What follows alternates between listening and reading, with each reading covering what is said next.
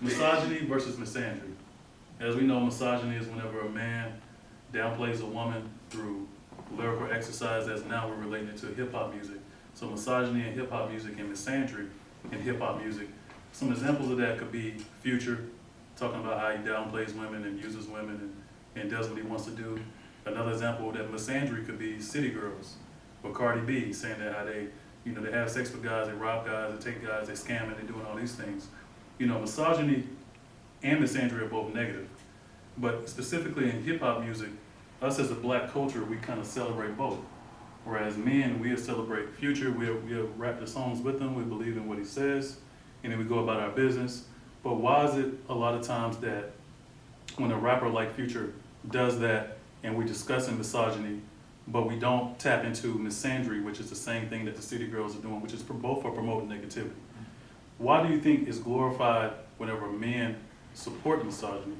And why do you think women don't hold each other accountable for misandry music?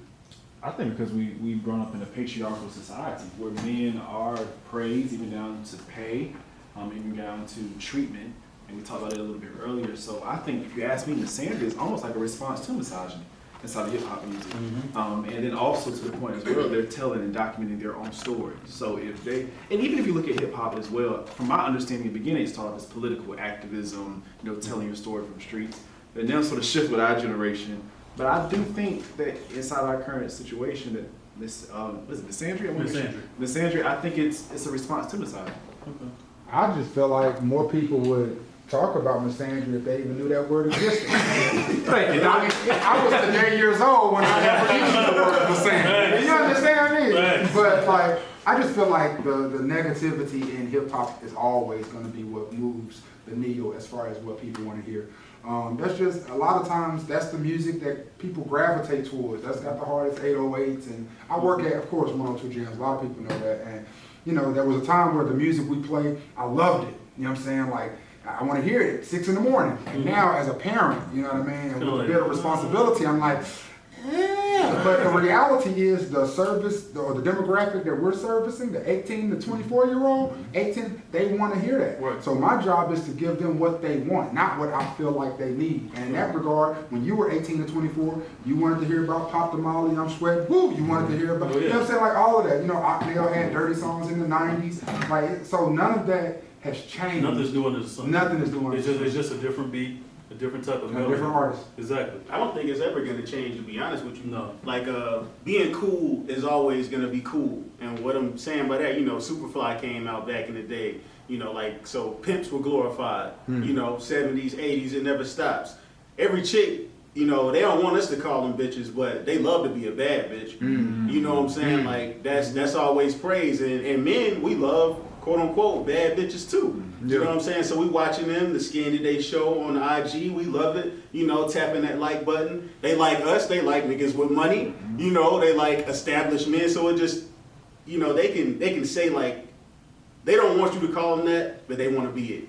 And the culture has shifted in hip hop too, as more women are getting signed. You got Cardi, Nicki was by herself, but Cardi, Meg, Saweetie. Like, it's more power, you know what I'm saying? So what's the highlight right now? Everybody's watching the WNBA in hip hop, you know what I'm saying? It's become cool. So it's more bad bitches out here, you know what I'm saying? And it's praise. It's more women out here, like that's the thing. Being strippers, it's like, it's cool in a sense. Not to everybody. You might not want to wife it, or you might, but it's cool. It's at the top now. Just like guys, we always wanted to be Jay when he had these women in the video, like Big Pimpin' video, all that fab, everybody. You got multiple women. That's always been at the top of the totem pole.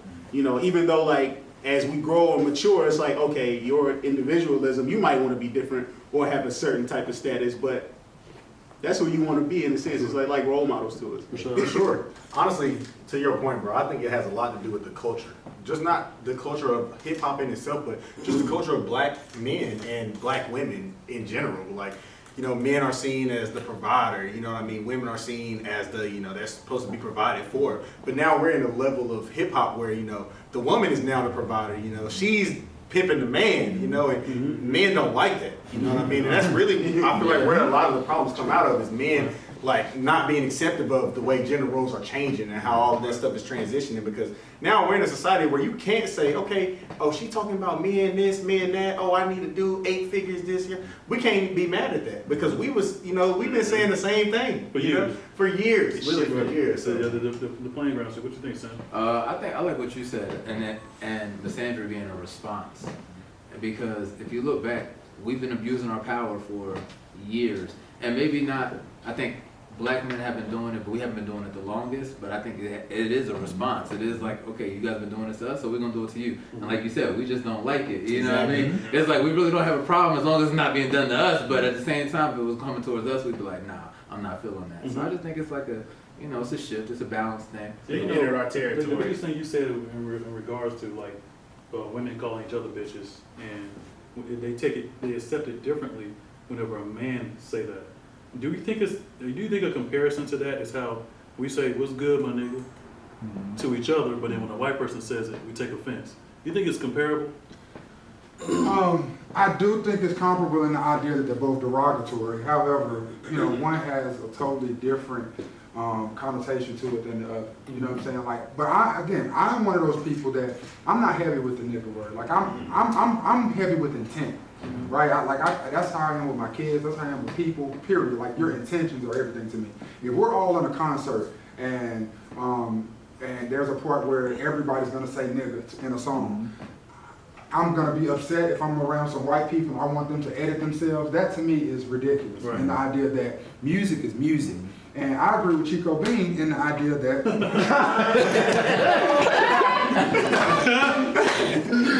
I was like, what are you?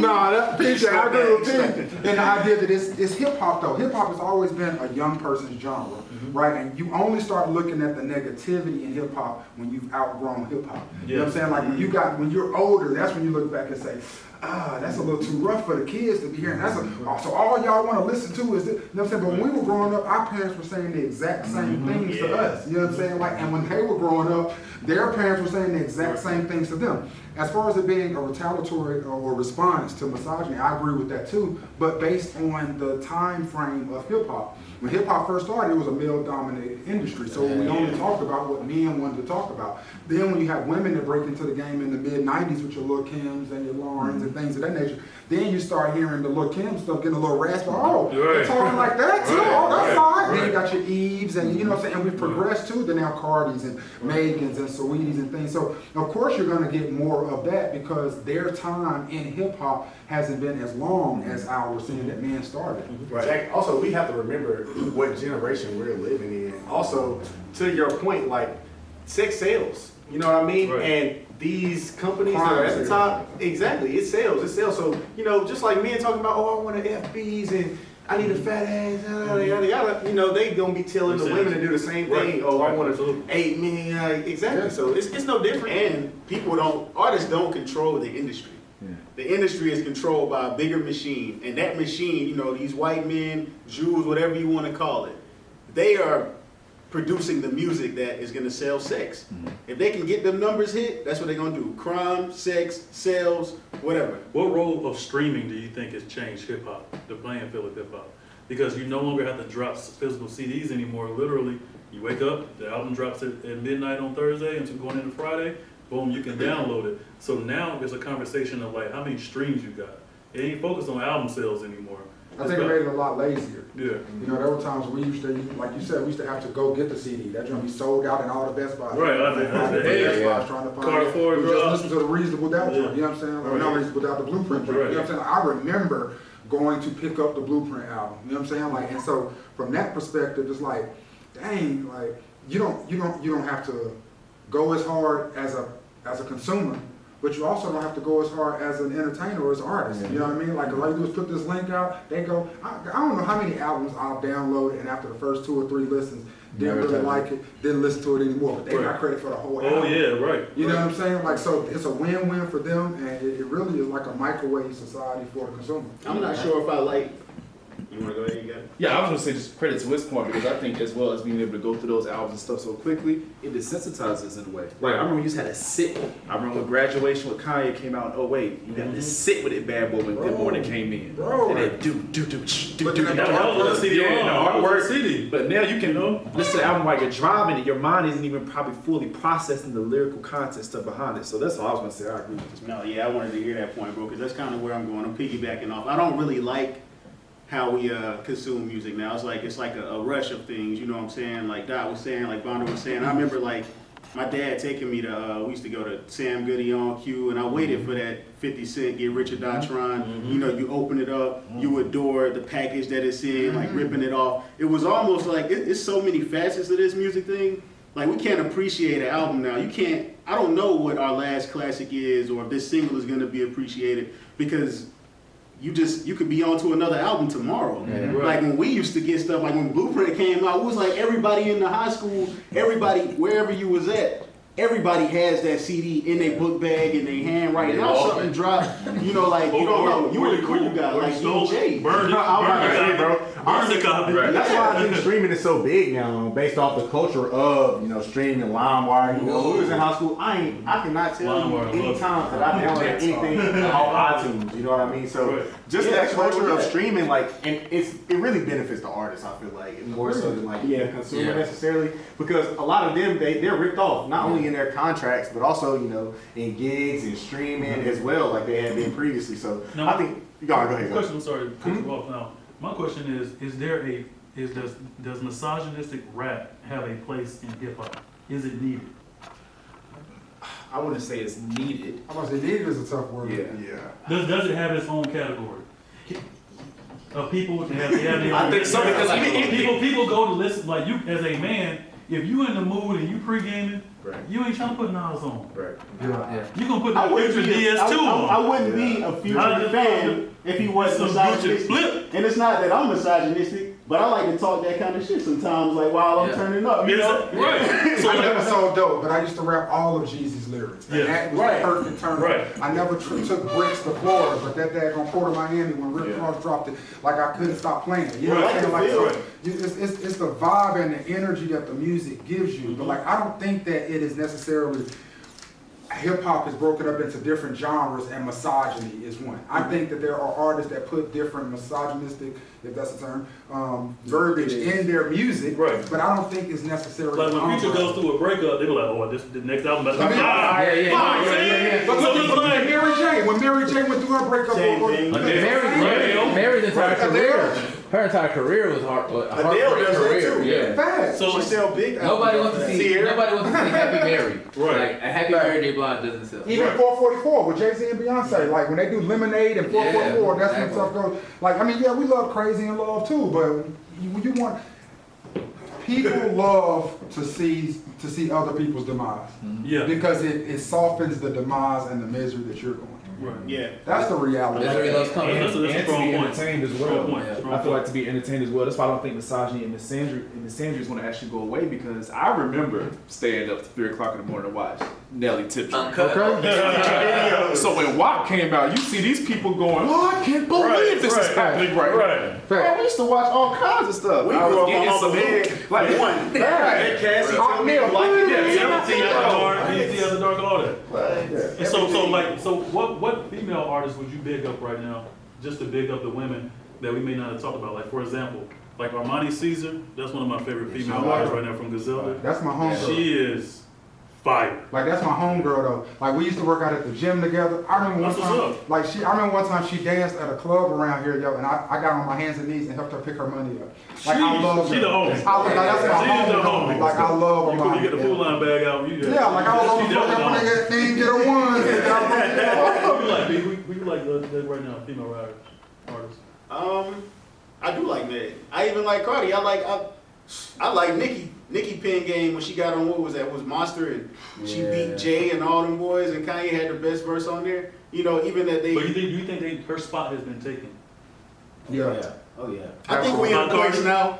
By everybody, just the game shifts. But go ahead, Pete. I want to hear your thoughts. I think we're in a place to where kind of like I was talking. I love making sports references. Me and my producer were talking about it. Okay, to producer. where Okay. back You can't rap. back in the day, you know, it was only room for Jordan. You know what I'm saying? Like things have changed. Like now you got LeBron, but like think about this: LeBron gets beat by somebody. Like it's other masters out here. So now there's room for more than one guy at the top. You know what I'm saying? It's like you got Nicki, then she shared her spot with Cardi. Now Cardi shared with Meg, and then they got Saweetie. So like, it's different places. I think that's why Nicki lost her spot though, because she didn't want to share. I think I She can should agree have with that. came out with some of She those wanted other to clash. female artists. She wasn't used to Yeah, it. she should have came together with some of them female artists, and she would still be here. Because they But work together. Because now you got Meg and Cardi putting out like And okay, why? Cardi B and instant and success. Cardi B and City Girl. And everybody was asking for that Nicki Cardi, but they beefed instead of coming together Exactly, and bro. running the show. They gotta take that Drake approach, man. Yeah. Drake, anything that come out, what he do, bro? But He that's cop the it, though. swag and he hop on the hottest person Yeah. who own it on Bro, his Lil sound. Baby, He hop on the track with him. Brilliant. Bobby, Pop, Yeah. like, bro, we Yeah. know what's up, man. And honestly, until they start taking that collaborative approach, you know, if she would have took a more collaborative approach, she would still, I feel like, be on that pedestal. Yeah, that 'cause she could write the people have best. her on. And- Exactly. she could And rap two, the best. and two, we also got to think about as far as the fellas, like how many of the greatest rappers transition from misogynistic rap. Jay-Z went from Big Pimpin' to Song Cry. You know, Nas dropped albums and songs early on, and he transitioned into more of a conscious rap. That's when you grow up. Right, Yeah. right. Mhm. And so the One Mic and all those other ones speaking, like even Lil Baby is dropping little hints with some of his music. Bigger picture. Right, bigger picture. And so, do you feel like some rappers who stick to misogynistic rap overstay their welcome in that, I don't like to call it a genre, Yeah. but in that type of rap music? When is it time as an artist to transition into a more conscious rap? Like J. Cole is no longer doing his first rap albums. He's now doing things that are a little bit more consciously speaking. I think you grow up, but it has to be genuine. Like, and I would also like to go. We were talking earlier. I didn't get a chance to throw mine out there, but Rhapsody, female hip-hop. Oh, right, yeah. Yeah. There we go. Okay, Yeah. for sure. Yeah. Yeah. But as far as this question is concerned, like, again, when you're thinking about where hip hop has come from, it was all misogynistic. Like, that's just where it started. And you grow out of that. Jay-Z grew out of that. He's the one that was, I'm a hustler baby, jersey backwards to change clothes. You know what I'm saying? Like, but you do it, and we grew with that. He got married, he was dangerously in love. We grew with that. It's like, it made sense. But then you got artists that started out on misogynist type rap, and they're gonna stay that with your Boosies, with your Yo Gottis, and they still make some fire ass tracks. Future, You're right. like, you know, so Right. whatever you're really living, that's the reality that artists need to understand. Whether you're an artist, a comedian, a singer, whatever, Be genuine. be genuine. Whatever your truth is, Even Jeezy changed. facts. Because he went from, all the Thug Motivation 101s to Trap or Die More to inspiration. now making his music has changed a little more, But they're right? businessmen now. Right. Even Gucci. Right. Like everybody's changed. So like what Dot was saying, the times that we in, and we can really state the hip hop culture growing with Jay-Z a lot. As he changed, we kind of changed with him. Even the youngins follow him too. You know what I'm saying? But then you have people like Future, okay, that's his character. You know what I'm saying? They're gonna stay like that, but we love hearing it from him. Correct. And so my thing is too, like, we spoke earlier about cancel culture when it comes to music and things like that. Do you think in today's society, artists are held a lot more responsible for the things that they say and do? In comparison, let's say 2 years ago, 3 years ago, Gucci pushed a girl out of the car, but we still listen to Gucci. Right? But Tory Lanez committed a crime, and we say cancel Tory. So what's the comparison with that? Why is it that I think someone doing something now that is weighted a lot more heavier than what somebody did maybe 2 or 3 years ago? I think it was access. I hear that in the sports rappers a lot. They feel as if, imagine if Jordan and Dennis Rodman would have had social media back at that point in time when he took a trip to Vegas away from the team. To like, I think it would have been a lot more, judgment and opinions. Yeah, people feel like, even if you go to Shade, I laugh because even some of my own friends do it. They be on Shade Room commenting, fam, them artists are not paying attention to Yeah, them. Unless you're Monica. Right. So Go to right. You feel like you have a voice, so people just feel like, I have access to them and I see what they're doing, so I can comment on them. Every successful person I know, they may have a large following, but they're not really reading that when you were studying. Right. So I guess people feel like they can do it. And I agree with you too, but you do have something to do. Like you even said one of y'all did, but Cardi does it. They go through, they look at the comments, they reply to people, but She got an OnlyFans for commenting, like replying. Really? That's what her OnlyFans is about. Her replying to Cardi? Yeah, her replying to. She got to deal with them. All her OnlyFans is her replying to accusations and her feedback. How much did they get? That's what I'm saying. I was like, bread, rap, bread. How do y'all feel about OnlyFans? I rock with it. I thought about starting OnlyFans. Yeah. What? Cause I know that it's a wave on it, and you weren't gonna, of course, see any explicit content on it. It was just gonna be a bunch.